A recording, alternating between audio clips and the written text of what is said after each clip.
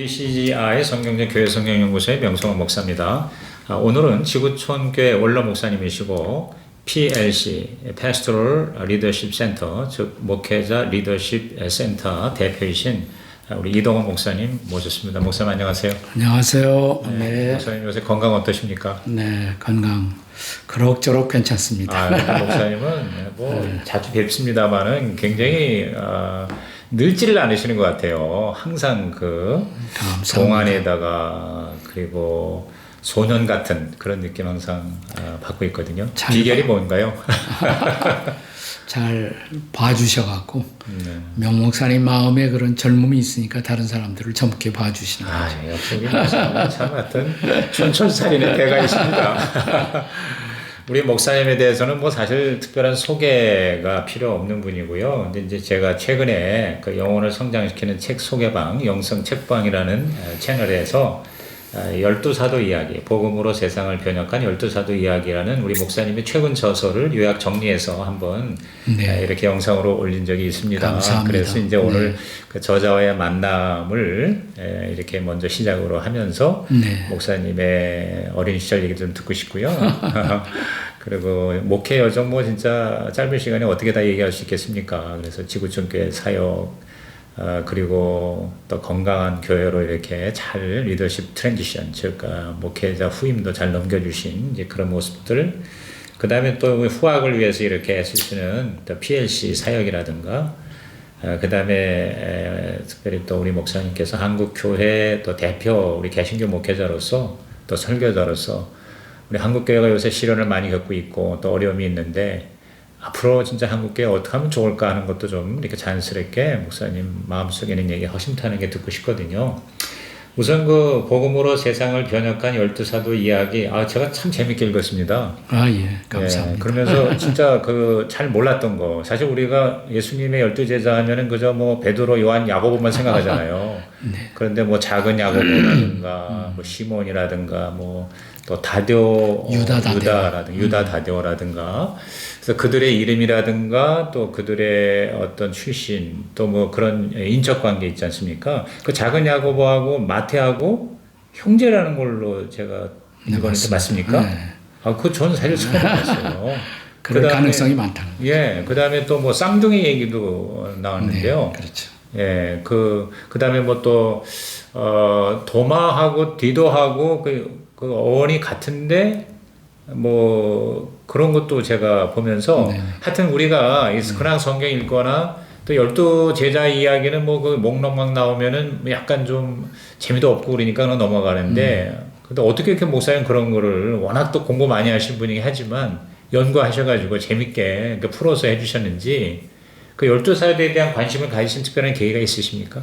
이건 제 사역의 초기에 제가 12문 12돌이라는 책을 썼었어요.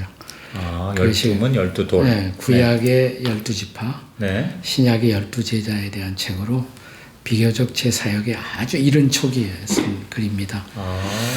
그 내가 그리스도인 사역자가 되면서 이 구약의 12지파를 제가 많이 모르고 있었다. 또 내가 예수님의 제자의 길을 시작했는데 12제자를 잘 모른다는 생각 때문에 그 옛날에 제가 미국에 있으면서 그 좀 자료를 막았고 영어로 당시에 아주 사역 초기에 그 책을 내놨죠.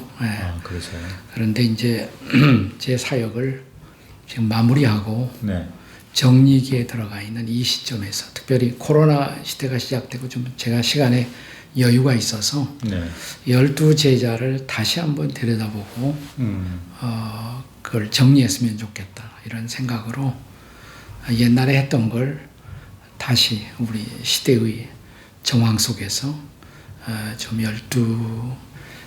당시는 제자라는 걸 강조했는데 지금은 제가 사도, 제자는 배운다는 거, 이게 강조점이 있지만 사도라는 것은 보내심을 받아 사역한다는 측면에서 우리가 예수님의 제자로 배우는 목적은 보내심을 받아 세상에서 일을 해야 되니까 이 사도적 측면을 더 강조한 그런 책을 조금 수정해서 쓴 것이죠.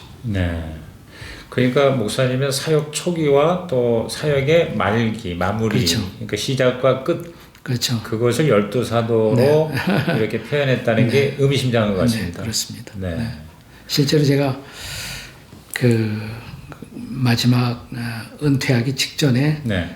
지구촌 교회에서 수요일마다 12사도에 대한 강의를 했어요. 그렇죠. 그것을 다시 네. 정리한 것이죠. 네. 근데 실제 서점이나 이제 인터넷 보면은요, 12제자나 12사도에 대한 책이 이렇게 많지 않습니다. 네, 아주 적습니다. 네, 그런 점에서 하여튼 이거 내용 뭐 이렇게 관계 없이라도 굉장히 흥미있는 그런 책 제목이고 주제인 것 같아서 일반 성도들 굉장히 읽기가 쉽고요. 워낙 또 목사님께서 뭐 말씀 전하시는 거나 책 쓰는 거는 누구나 다 읽어도 이해가 쉽게끔 그렇게 쓰시는 그런 정평이 나 있는 분이긴 하지만 그냥 앉은 자리에서 한두 시간에 네. 읽게 되더라고요. 감사합니다. 굉장히 흥미있게. 이 책이 어떻게 최근에 뭐 쓴 마지막 책인가요? 그렇죠. 아주 최근에 나온 책. 가장 이제 목사님이 그동안 책을 한 100여 권 이상 저술한 걸로 아는데 그 책 중에 제일 막내 책이네요. 마지막이죠. 네, 막내죠. 네. 앞으로도 책을 쓰실 계획을 물론 가지고 계시겠죠? 최근에 뭐 또 저 준비 중에 있는 책 있으십니까? 예, 지금 뭐 그 철로 역정을 네. 하나님 나라 사역이라는 측면에서 관찰하는 것을 지금 책화하기 위해서 지금 준비 중입니다. 네. 지금 철로역정이라는 책은 벌써 한 두세 권 이상 두 권 나왔고 두 권 쓰셨지 않습니까? 이게 세 번째로. 세 번째로 하나님 나라의 관점으로. 네. 그러면 좀 더 신학적인 그런 터치가 될 건가요? 네, 그런 면도 있고요. 사역이라는 관점에서. 근데 되게 그 철로역정에 대한 사람들의 많은 찬사도 있지만 비판 중에 하나가 네. 그냥 가정이고 내버리고 크리스찬이 혼자 천당 간다. 그렇죠. 약간 개인적 구원. 그리고 그 역사에 대해서 세상에서 너무 도피적이다. 그런 비판을 받잖아요. 근데 제가 볼 때 그렇지 않다. 우선 철로역정 제2권이 있는데 2권을 읽지 않아서 그렇다. 그래요? 철로역정 2권이 있습니까? 2권이 있어요. 2권에는 이제 번역도 돼 있나요? 2권이? 그럼요. 예. 크리스찬의 부인 크리스티아나가 네 아들과 함께 자기 남편과 아버지가 걸어갔던 그 길을 걸어가죠. 걸어가면서 여러 가지 사역이 일어나요. 그래서 결국 한 사람이 결단했을 때 가정이 함께 따라오고 그들이 함께 하나님 나라에 헌신하게 된다. 이게 가장 사실은 더 중요한 강조점인데 철로역정을 피상적으로 읽은 사람들, 1권만 읽은 사람들이 놓치고 있는 부분이죠. 그것을 타치한 책입니다. 그러면 철로역정 1권보다도 오히려 더 우리한테 중요한 책일 것 같으네요. 저도 그렇게 생각을 해요. 왜냐하면 또 그 가족이 그렇죠. 그 남편 아빠를 그렇죠. 또 따라서 그렇게 그렇죠. 살아간다는 면에서 그렇죠. 그렇군요. 그러니까 그 철로역정 2권을 중심으로 해서 철로역정과 하나님의 나라 책 제목을 그렇게 정하셨나요? 예. 대강 그렇게 좀 생각하고 계시고요. 생각하고 있습니다. 저는 그래서 우리 그 가평에 있는 이제 필그림 하우스에 그 철로역정 그 순례 코스도 이렇게 훌륭하게 만드셨지 않습니까? 뭐 전 세계 유일한 곳이라고 제가 얘기를 들었는데, 그리고 거기에 지금도 꾸준히 많은 우리 성도들이 와서 묵상하고 순례하고 이제 그러지 않습니까? 그 목사님이 철로역정에 대해서 그렇게 관심을 아주 특별히 더 가지신 이유가 뭘까 좀 궁금한데요. 제가 예수 믿기 전에 영어 배우려고 선교사님, 그 당시에 이제 김장환 목사님과 함께 사역하던 캐나다에서 오신 선교사님이 계셨어요. 그러세요? 제임스 윌슨이라고 그 선교사님이 그 라이프 클럽이라고 거기서 영어로 성경을 강의하고 그랬어요. 그래서 저는 크리스찬은 아니었고 영어 배울 목적으로 거기에 이제 참여를 했죠.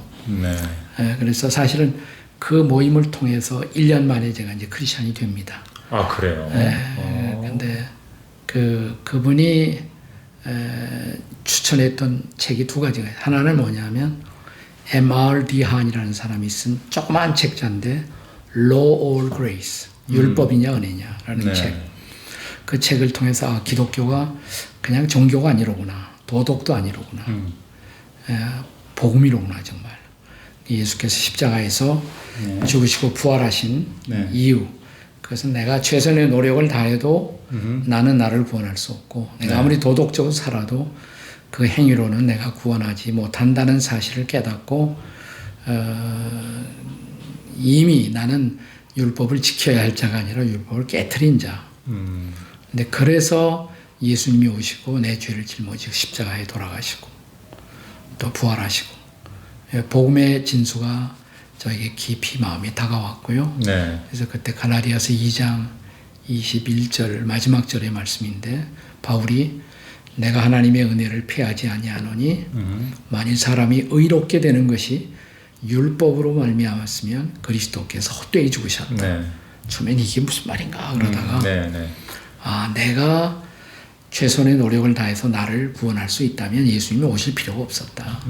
예수님이 오신 이유는 내가 나를 구할 수 없었기 때문에. 그래서 내가 나의 구원자가 될 수가 없고 그분이 나의 구원자라는 거예요. 네. 이건 사실은 한 1년 만에 성경 공부를 통해서 정말 확신하게 되고 십자가를 받아들이고 예수님을 영접하게 되는 것이죠. 그런데 네. 그 직전에 그 선교사님이 제가 그 영어 성경 공부안에서 열심히 한다고 느꼈는지 저에게 선물을 한 권 줬어요. 네. 그 선물이 철로 역정이었어요. 영어로 된 Pilgrim's Progress. 네. 근데 한 3페이지 읽어보니까 너무 어려운 거예요. 너무너무 어려운 거예요. 영어도 옛날 영어고. 그렇죠. 네. 그리고 표현이 다 그 은유 아닙니까? 수많은 인물들이 나오는데 캐릭터가. 네. 그게 다 뭐 이해가 안 되는 인물들이. 3페이지 읽고 내가 그 책을 던졌어요. 근데 던지고 나니까 오기가 생기는 거예요. 네. 내가 이것도 읽지 못하고 어떻게 영어를 배운다고 하는가. 그래서 다시 던졌던 영어 철로 역정을 다시 집어갖고 네. 웹스터 딕셔너리 펴놓고 네. 영한사전 펴놓고 모르는 단어 찾으니까 한 페이지가 새카마. 그러니까 모르는 단어가 더 많은 거예요. 네. 그렇게 해서 그거를 사실은 한 4개월 조금 더 걸려서 읽었어요. 네. 근데 너무 힘들어서 읽었어요. 네. 근데 너무 힘들어서 애써서 읽었기 때문에 그 스토리가 내 마음속에 탁 들어왔어요. 이게 참 신앙에 대해서 이 책보다 더 잘 재미있게 설명해 줄 수 있는 책이 없겠구나. 그러면서 네, 네. 그 당시에 스쳐 지나가듯 뭐 기도라고 할 수 없을지는 모르겠지만 누군가가 이것을 철로 역정의 스토리를 공원처럼 만들고 실제로 쭉 걸어다니면서 네. 그 메시지를 들을 수 있다면 네. 얼마나 신앙에 도움이 많이 될까를 그때 생각하고 스쳐 지나가는 기도를 했어요. 이런 공원이 있었으면 좋겠습니다. 야, 그래요? 그게 지금 현실이 됐지 않습니까? 50년 만에. 50년 만이라면은 도대체 어떻게 목사님은 뭐 20몇 살이에요? 그러니까 그 당시 더 20대 초의 얘기니까. 그러니까. 네. 거의 50년. 지금 얘기 들으니까 저도 이야 꿈은 이루어지는구나. 그리고 그 공원처럼 만들어서 이 철로 역정을 내 것으로 만드는 그런 묵상의 과정 아주 완벽하게 재현을 하셨네요. 하나님의 은혜입니다. 그러니까 목사님은 그 50년 동안에 철로 역정에 대한 그 씨앗이 계속 그 마음속에 있었던 거예요, 그죠? 그래서 네. 그 우리 교회 수양관이지만 네. 그걸 지으면서 네. 이름을 필그림스 프로그레스잖아요. 철로 역정. 그렇죠. 철로 역정의 영어번이. 그래서 필그림 하우스라고 지었거든요. 그래서 필그림 그래서 하우스. 처음에는 네. 그 땅이 좁았어요. 우리가 네. 소유하고 있는 땅이. 네. 그래서 그 주변에 내가 이렇게 연습을 해봤어요. 이렇게 네. 네. 장소를 만들어보고. 근데 땅이 너무 좁은 거예요. 거기서는 충분히 그런 의미를 표현할 수도 없고. 그런데 지금으로부터 한 3년 전에, 네. 3년 반 전에, 우리 필그림 하우스 바로 옆에, 지영은 목사님이 담임으로 있는 성락성결교회 기도원이 있었던 거예요. 기도원이 있었죠. 그게 맞습니다. 기도원이었어요. 네. 근데 지영은 목사님께서 새로 교회 건물을 본당을 지었는데, 그게 좀 부담이 된다고, 그래서 그거를 매매했으면 좋겠는데, 기왕이면 지구촌 교회가 그 기도원을 매입해서 했으면 좋겠다. 네. 그랬을 때 제 마음에 그러면 이거를 구할 수 있다면 그냥 기도원 넓히는 것보다도 네. 한국 교회에 좀 좋은 기여가 되기 위해서 본격적으로 철로역정 공원을 만들면 되겠다. 네. 저희 교회 리더들에게 네. 그걸 설득하고 그 기도원 땅을 부지를 구입하도록 그렇게 된 것이죠. 네. 윈윈한 것이죠. 그러니까요. 성락교회도 좋고 우리도 좋고. 완전히 하나님이 제가 볼 땐 그렇게 또 땅도 옆에다가 예배를 네. 하신 것 같습니다. 그래서 지금 그 철로역정 공원, 사실 그 이름은 철로역정 공원이라고는 하진 않죠. 원래 그 이름이 뭐 있나요? 그냥 지금 우리는 이름을 지키려 거기 필그림 하우스니까 옆에는 필그림 밸리. 밸리. 그리고 거기다 필그림 프로그레스를 맺는 거죠 우리가 공원을. 네. 순례자의 계곡 밸리. 그렇군요. 그래서 지금 이제 그 순례자 계곡 그 필그림 밸리의 철로역정 공원에 꾸준히 지금 성도들이 와서 세미나도 듣고 순례도 하고 그러시잖아요, 그죠? 그 지금까지 코로나 직전까지. 네. 코로나 직전까지는 하루에 평균 300명이 왔어요. 매일 300명이 왔다고요? 코로나 직전에. 그럼 1년에 거의 10,000명이 넘는 건데요? 그렇죠. 와. 그러니까 와서 그냥 이렇게 대강 보는 게 아니고 우리가 10명 이상이 되면 이렇게 안내를 해줘요. 근데 그냥 안내를 하는 것이 아니라 찬양도 하고 기도도 하고 마지막 성찬까지 하거든요. 네. 그래서 저는 그게 최근에 와서는 구민신학교에서도 신학교마다 Spiritual Formation이라는 과목이 있어요. 그렇죠. 영성 형성. 네네네. 그래서 필그림 철로역정 공원을 거니는 것 자체가 하나의 영성 훈련이 되도록 한 2시간 정도, 1시간 반 내지 2시간 프로그램으로 그렇게 많은 분들이 오고 있습니다. 많은 교회에서, 전국에서 오고 있고 심지어는 사실은 일본, 중국에서도 오기 시작했어요. 그래서 우리가 영어로, 중국어로, 일어로 이렇게 가이드하기도 합니다. 뭐 앞으로 전 세계에서 사람들이 와서 그 철로역정을 통해서 하나님을 새로 만나는 그야말로 진짜 영적 그런 본산이 될 수도 있다는 그런 느낌도 드는데, 사실 목사님께서 그거 하나만 가지고도 진짜 엄청나게 은퇴하신 후에 멋지고 아름답고 그리고 은혜로운 사역을 하시고 계신다고 생각을 하는데요. 아까 이제 잠깐 이제 선교사 만나서 영어 공부하다가 예수를 믿게 됐다고 그랬잖아요. 그래서 좀 더 목사님의 주님을 만난 그 상황을 좀 듣고 싶고요. 그리고 또 그 이후에 어떻게 주의 종으로 목회자로 그렇게 부르심에 순종해서 나가셨는지 잠깐 목사님의 주님 만난 또 목사님의 주의 종이 되신 그런 과정. 그러니까 이제 갈라디아서 2장 21절 말씀 통해서 복음의 의미, 십자가의 의미를 확실하게 알게 되고 이게 그래서 예수님이 오셨고 그래서 예수님이 십자가에 죽으셨고 부활하셨구나. 나는 그 예수님을 믿는다. 나도 모르게 고백이 나왔어. 이렇게 바이블 스터디 하다가. 그게 고등학교 아니에요. 고등학교 때 아니고 졸업하고. 졸업하고요. 그러면은 10대까지는 교회나 저는 예수님에 대해서 전혀 배경이 없었어요. 전혀 기독교 집안이 아니에요. 저희 집안은 아주 그래요. 굉장히 유교하고 불교의 혼합된 그런 가정이었어요. 저희 가정에 제가 처음 믿은 거죠. 그래서 처음 믿은 거고 그것을 발견하고 지금 말하면 그게 이제 구원의 확신이죠. 그걸 갖게 된 순간, 1965년이었는데. 1965년. 그 9월 달이었는데요. 그걸 확신을 갖고 정말 교회를 그 다음부터는 열심히 나갔고. 그 당시에 김장한 목사님이 그 YFC라는 Youth for Christ라는 YFC. 10대 선교회, 그래서 젊은이들을 위한 모임을 하고 계셨어요. 토요일마다. 그 모임에 제가 열심히 헌신해서 나가서 이제 봉사하기 시작했죠. 그러면서 한 번은 제가 그 복음을 듣고 예수님을 영접한 이야기를 YFC 모임에서 간증한 적이 있어요. 간증. 그러세요? 내 생애 최초의 간증이지, 일종의 간증. 나는 그 간증이란 나중에 알게 되지. 그 단어도 몰랐는데, 그 당시에. 하여튼 내가 어떻게 믿게 됐나 한번 미스터 리가 발표를 해보라고 그래서 그거를 이야기를 했는데, 사람들이 굉장히 감동을 받는 것 같더라고요. 아, 내 이야기에 저렇게 사람들이 감동을 받을 수가 있구나. 네.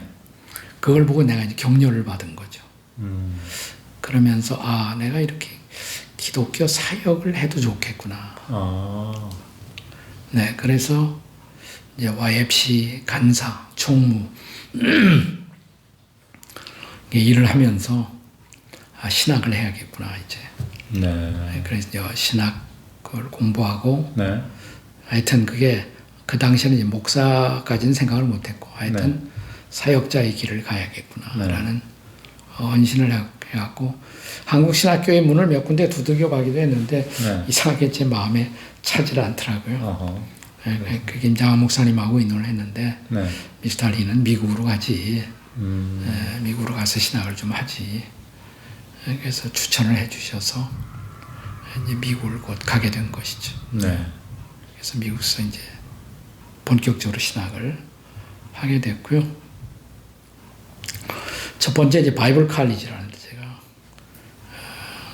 갔는데 그 바이블 칼리지를 졸업할 무렵에 그 학교에서 숙제가 에베소서하고 골로새서를 비교하라, 컴패리션하라 그런 숙제가 있었어요. 네. 근데 두 가지가 다 교회론, 굉장히 교회론의 강조점을 둔 것이란 말이죠. 그렇죠. 교회론 기독. 네, 네. 그것을 가만히 공부하다가 그 당시에는 제가 그냥 미국 갈 때 신학을 할 때는 학생 운동을 하는 간사, 젊은이들에게 복음을 전해야겠다. 그 생각만 했어요. 네. 근데 그걸 공부하다가 목사가 돼도 좋겠구나. 하나님이 그리스도의 몸을 아주 귀하게 보시고 네. 아주 영광스럽게 교회라는 몸을 쓰시는구나. 그 확신이 오면서 목사 돼도 좋겠습니다. 네. 그래서 제가 김양한 목사님이 목사 되고 신학을 좀 더 하고 가겠습니다. 네. 이렇게 얘기를 하니까 김 목사님이 사람이 필요했던지 네. 신학 공부 더 하는 건 나중에 하고 내가 소개할 테니까 일단 목사 안수 받고 빨리 나오라고. 네, 네. 그래서 목사 안수를 받고 한국에 나오게 됐죠. 네. 그래서 이제 부임을 그러니까 목사님은 그게 말하자면 저에게 있어서는 목사의 부르심에 앞에 헌신한 거예요. 네. 에베소서 골로새 공부하다 주님이 원하시면 목사 되겠습니다라고 내가 고백을 했으니까. 네. 그러니까 율법과 은혜에 대한 책을 읽으면서 복음의 진수를 깨달아 주님을 구주로 영접을 하셨고 그 다음에 에베소서 골로새서를 통해서 정말 이 교회를 섬기는 삶을 살아야 되겠구나. 맞아요. 그러니까 목사님은 그냥 흔히 이제 우리가 죄종 하면은 어느 날 뭐 성령 받고 아니면 부르심 받고 음성 듣고 이제 그런 어떤 획기적인 네. 또는 전격적인 네. 그런 순간적 변화가 많잖아요. 근데 네. 목사님은 굉장히 이렇게 프로그레시브한 그러니까 네. 점진적으로 네. 점점 이렇게 깊이 들어가는. 이제 주로 책을 통해서 인도를 많이 받았어요. 저는. 그렇군요. 네. 네. 제가 듣기로는 목사님이 어린 시절부터 책을 독서를 좋아하셨다고 그러는데 맞습니까? 그 이제 제가 장남이고 집에서 동생이 여섯이에요. 근데 우리 아버지는 무녀동남 외아들이시고 그러니까 귀한 자식이지. 네. 우리 집에서 귀한 자식이니까 이게 과보호 속에 자랐어. 어렸을 때 과보호 속. 밖에 나가지도 못한다. 나가면 차에 치인다. 나무에 올라가면 떨어져 죽는다. 뭐 물에 가면 빠져 죽는다. 아무것도 못하게 하고 집안에다 가두면서 뭐 우리 집안 식구들이 그 대신 뭐냐면 그게 안 됐으니까 방 안에다가 책은 마음대로 봐라. 책을 이렇게 싸줬어요. 그래서 초등학교 국민학교 때부터 무슨 젊은 벨테르 스푼 뭐 이런 것도 읽고 그랬어요. 예. 근데 그러면서 저는 책을 읽으면 끝에 내가 읽은 책을 요약해요. 항상 썸머리를 해요. 그래서 저는 사실은 문학에 관심이 많아서 거기에 많이 뭐 시, 소설 쓰는 애 나가는데 한 번도 당선된 적이 없어요. 다 떨어져. 근데 제가 나가기만 하면 다 떨어지지 않고 붙었던 것이 뭐냐면 독후감 감상대회 이런 거. 그랬어요. 창작은 아니지만 책 읽는 거를 독후감 쓰는 거. 독후감 쓰는 거. 책 읽고 정리를 해뒀거든 하나씩 한 네, 페이지로. 네. 네. 그래서 독후감 상장이 많아요. 네. 어렸을 때 이렇게 깎죠. 근데 그러다 보니 그리고 또 나 혼자 터득한 건데 책을 읽기가 마음은 급하고 신경질 나잖아요. 네. 예, 그러니까 이게 차분차분 못 읽고 막 대각선으로 읽기 시작했어요. 아하. 근데 그게 나중에 이제 아주 제가 서울 침례교회라는데 목사로 있을 때 네. 부목사님 한 분이 저보고 그러더라고. 뭐냐면 속독 학원이 있는데 네. 기가 막히게 잘 가르친다고 선생님이. 네, 네. 나보고 가재. 네. 오늘 공개 강좌가 있으니까. 그래서 갔어요. 네. 부목사 따라서 같이 갔는데 그분이 가르치는데 보니까 내가 하고 있는 걸 가르치더라고. 이미 하고 있는 걸. 그렇구나. 그래서 네. 나 저렇게 하고 있다고 이미. 네. 책을 이렇게 네. 대각선도 읽고 대충 읽고 중요한 부분만 다시 정독하고. 네. 네. 네. 그렇게 하다 보니까 책을 빨리 읽는 습관 그리고 읽은 책을 일단 정리하는 습관 네. 뭐 이런 것들이 나중에 제가 목사가 되고 네. 설교를 준비하면서 굉장히 커다란 도움이 그러셨을 됐더라고요. 것 같습니다. 그러니까 이게 근황된 게 아닌 거를 오늘 다시 한번 확인을 했네요. 예. 저는요, 목사님이 언젠가 제가 진짜 제대로 들었나 모르겠는데 나는 책과 결혼했다는 식으로 그렇게 책을 좋아하셨고 그리고 혼자서 이렇게 책 읽는 시간이 행복했다고 이렇게 들었는데 요약을 하고 정리를 하고 독후감을 해서 그게 탁월하게 상까지 받았다는 거 오늘 제가 처음 알았는데 이거 요새 이 독서에 대한 중요성 얘기할 때 굉장히 강조하는 게 이 문해력을 높이기 위해서는 책을 많이 읽는 것도 중요하지만 그 책을 지금 말씀하신 대로 쓰는 그렇죠. 거. 그럼요. 예, 그 내용을 내 걸로 만들어서 그렇죠. 쓰는 것이 몇 배가 더 중요하다. 그런 얘기를 했거든요. 그래서 목사님이 진짜 이렇게 탁월한 설교자가 뭐 진짜 우리나라 뭐 설교자에게 관해서는 진짜 목사님 뭐 진짜 스포츠 한국의 스포츠이라까지 말씀을 많은 사람들이 하는데 그 이유가 다 이게 여기 있었구나 하는 생각인데 제가 또 한 가지 들은 거는 좀 확인하고 싶어서 근데요. 목사님이 웅변을 또 근데 웅변 하고 싶어서 하는데 당선된 적이 없어. 다 떨어졌어요, 항상. 네, 그러니까 웅변 학원도 다니셨다고요? 아니야, 학원은 안 다녔어. 그래요? 그러면 웅변을 뭐 시 뭐 이런데 나간 다 떨어졌어. 웅변도 밤낮 떨어지고. 네. 떨어지고. 근데 떨어진 이유 중에 하나가 제가 약간 수줍음이 있어요. 수줍고 약간 좀 소극적인. 내성적인. 내성적인. 네. 근데 완전히 내성적은 아니에요. 저는 네. 외향적과 내성적이 정확하게 중간이에요. 그러면요, 목사님은 진짜 그 표현하고 유머하고 또 그런 인간관계에 관해서 누가 그렇게 얘기하겠어요? 아니요, 그래서 중간에. 그래서 네. 그래서 당선은 못 됐는데. 네. 근데 좋아는 하시고 많이 하시고. 네. 그런데 제가 설교자가 되니까 설교를 해야 되잖아요. 네, 그때부터 제가 하고 싶었던 잠재되어 있는 어떤 라이딩, 스피킹 그런 기프트가 이렇게 잘 활용되기 시작한 것이 아닌가 그렇게 봐요. 네. 근데 많이 읽고 쓰고 말하고 그건 뭐 목회자 특히 설교자에게서는 사실상 거의 뭐 그야말로 핵심 아닙니까? 그렇죠. 핵심 자원인데 그렇죠. 그걸 그러니까 목사님께서 하나님께서 목사님을 그렇게 준비시킨 것 같습니다. 그렇죠. 만약에 창작을 잘했으면 뭐 소설가 정도 됐을 것이고 그렇죠. 웅변을 잘했으면 뭐 정치가 쪽으로 하셨을지 모르겠지만 그렇죠. 다 이제 떨어지게 하사 그렇죠. 그러니까 훌륭한 목회자의 길, 설교자의 길로 걸어가게 하신 것 같습니다. 정말 그런 면에서 앞으로 목회자나 설교자일 분들은 이런 것이 굉장히 좋은 참고가 되리라 하는 생각을 하는데요. 네.